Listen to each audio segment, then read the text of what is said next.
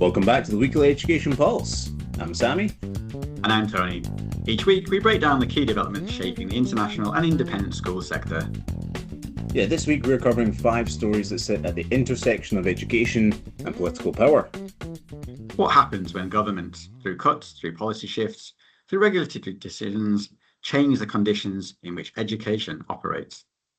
Yeah, these are not abstract questions. They are playing out right now across 4 countries and at a global level, with real consequences for students, teachers, and school systems. So, let's get into it. And we can begin this week in the United States, where the Trump administration's campaign to reshape higher education has reached a point where its cumulative impact can be assessed with some clarity. From the beginning of his second term, President Trump moved quickly on several fronts simultaneously. Visa revocations and enhanced scrutiny for international students, funding freezes and investigations targeting universities perceived as politically hostile or insufficiently compliant, executive orders aimed at eliminating diversity, equity, and inclusion programs in higher education, and new restrictions on international student enrollment, including a proposed 15% cap on international undergraduate enrollments at elite institutions. The numbers are significant. International student enrollment in the US is reported to have dropped by about 20% in 2026.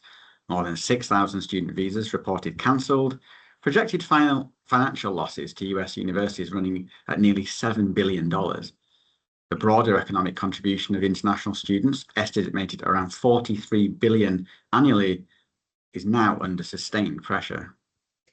Yeah, the administration's stated rationale covers several themes. National security concerns around foreign students, particularly Chinese students, accessing sensitive research, a mandate to remove DEI from institutions receiving federal funding, and a demand that universities align their programs more directly with workforce outcomes. In the case of Harvard, a direct confrontation over what the administration regards as institutional resistance to government authority.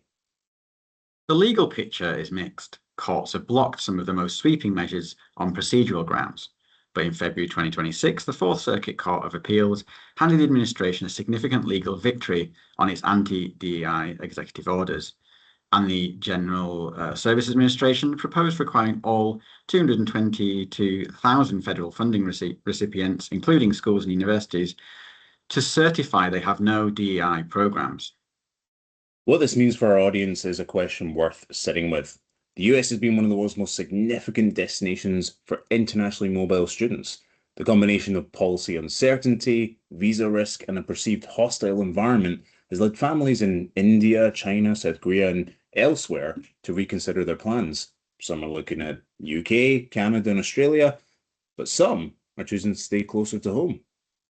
And the international school market, which we cover every week, exists partly to prepare students for exactly the kind of international higher education pathway.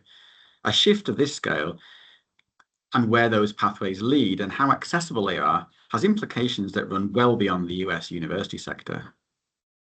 Yeah, and on our second story, we're going to stay in the Americas, where we go to Argentina, where on the 3rd of August, education workers staged a national teacher strike with what organizers describe as a very high compliance across the country.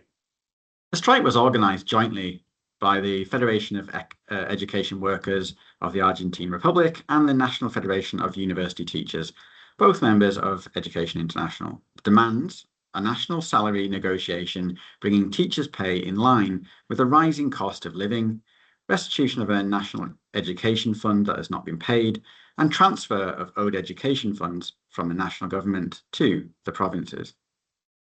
The backdrop is the Milei government's broader economic program, which has brought significant cuts to public expenditure. Public education has been one of the areas that is most affected. Education International's General Secretary David Edwards wrote directly to the movement confirming that EL will raise Argentina's situation with the International Labour Organization, specifically accusing the government of violating ILO Conventions 87 and 98 on freedom of association. Teachers also contested what they describe as the Education Freedom Bill that would advance policies seeking to defund public schools and undermine workers' rights. The demonstration is centered on a mass mobilization in front of Argentina's Ministry of Economy. National solidarity has come from teachers' unions in Japan, Iraq, and across Latin America. Now, this story sits a little differently from the others that we usually cover, but it matters for a reason that runs through this entire episode. The health of any education system, be it public or private, national or international, rests on a foundation of adequately funded, appropriately valued, professionally respected teaching. When that foundation is under sustained pressure, the consequences eventually ripple into every part of the sector. And the outcome of the International Labour Organization engagement Edwards is committed to makes a significant precedent. The situation's definitely worth watching. Our third story this week takes us to the UK and provides something of a counterpoint to the first two stories, where the US and Argentina stories about government action undermining education quality and teacher welfare. This one is about government action protecting a quality standard. Yeah, the Department for Education has removed Penta International as an approved inspectorate for British schools overseas accreditation. The decision follows two Ofsted quality assurance reports, one in March 2025, raising significant concerns about safeguarding and what were described as overly generous grades, and a second published in May 2026, concluding that Penta continues to fail to meet the standards required of BSO inspectorates. The Department for Education issued no public statement, but notified BSO schools directly by email. Penta can continue conducting inspections until the 1st of September 2026, after which only the Education Development Trust and Independent Schools Inspectorate remain as improved inspectorates. Both have confirmed that they have the capacity to take on the additional workload. The Association of British Schools Overseas welcomed the decision unreservedly. Its chairman, James MacDonald, said that difficult decisions were required to protect the integrity of the government kite mark, and AOBSO supports them without qualification. He specifically thanked ISI and EDT for confirming they can absorb both re-inspections of existing schools and first-time BSO inspections. It's worth connecting this to the record BSO membership levels we reported in previous episode. The more schools are seeking BSO accreditation than at any point in the association's history, and that momentum is only meaningful if the inspection process underpinning it is genuinely rigorous. A kite mark that can be awarded by an inspectorate consistently failing Ofsted's own quality assurance requirements is not necessarily a kite mark worth having.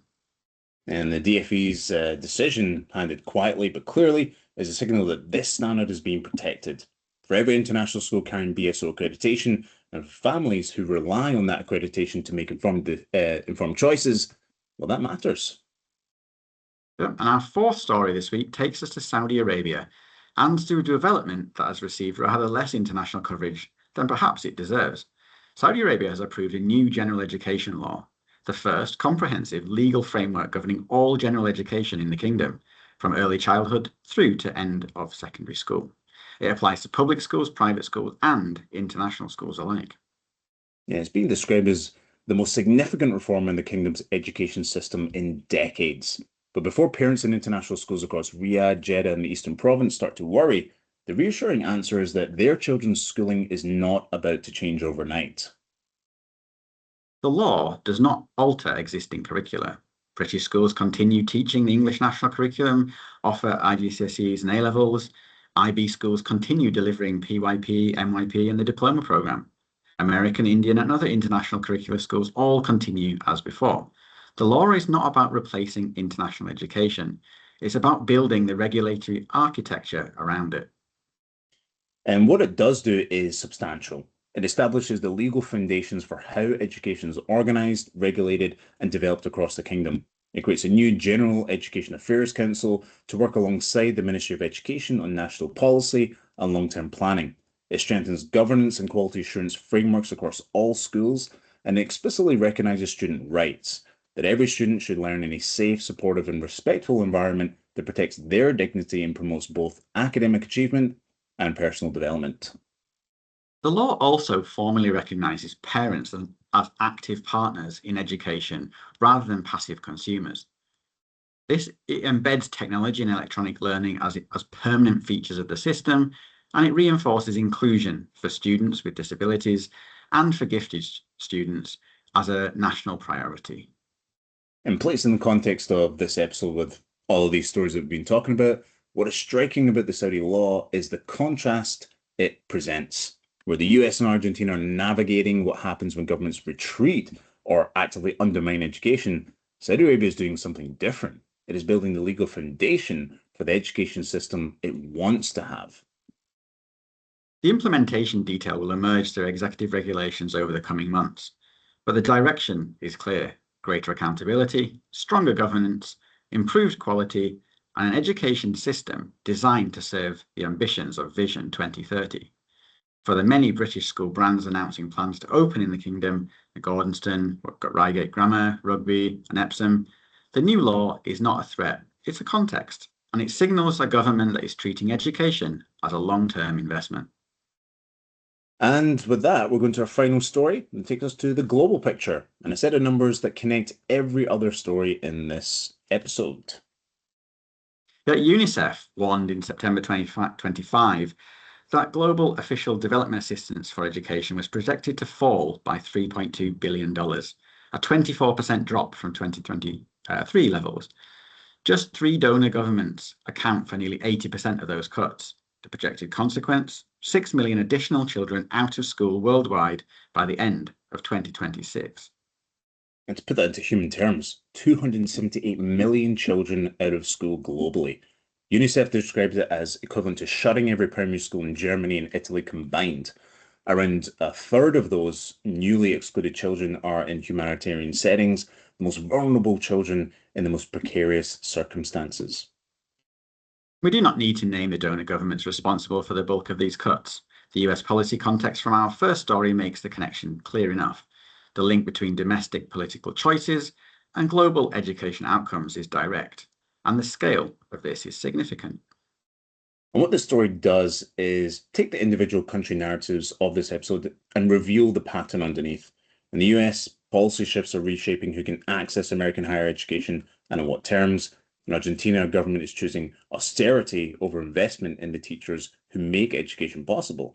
In Saudi Arabia, government is doing the opposite, investing in the legal and institutional infrastructure of a stronger system. And globally, the consequences of getting these choices wrong are measured not in policy papers, but in the children out of school. The sector we cover each week is predominantly the premium end of the global education market. New campuses, ambitious groups, brand partnerships, and capital flow. That story is real and it matters, but it exists within a world where education, as a public good, as a right, as a foundation for human development, is under pressure in ways that should concern anyone who works in or cares about this sector. Yeah, the UNICEF figure is a data point about what happens when the political will to invest in education weakens. And this week's stories taken together are a reminder that political will is never guaranteed. And that brings us to the end of this week's episode. Yeah, the US, Argentina, UK, Saudi Arabia, and the global picture. 5 stories connected by a single thread. Education does not exist outside of politics. The choices governments make about funding, access, and who education is for and who gets to define its standards, those choices have real consequences.